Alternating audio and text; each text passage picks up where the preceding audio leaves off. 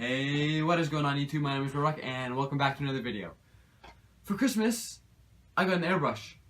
I don't know if you can see it very well there. I haven't really heard a lot about airbrushes. I've never used one, and this is the first time I've actually seen one in person. So, I'm very new to it, which is what this video is.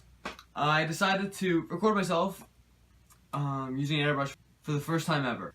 So that's what this clip here is. Enjoy.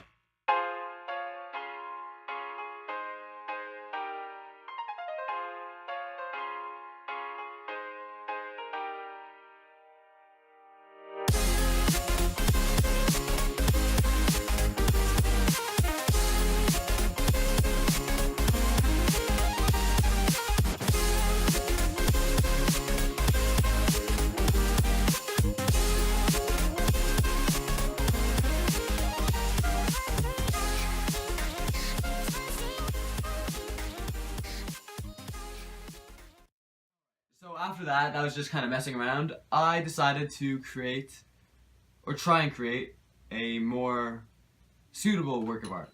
So that's what the next clip is. I drew a skull with pencil, and then I tried to airbrush around it and include shading.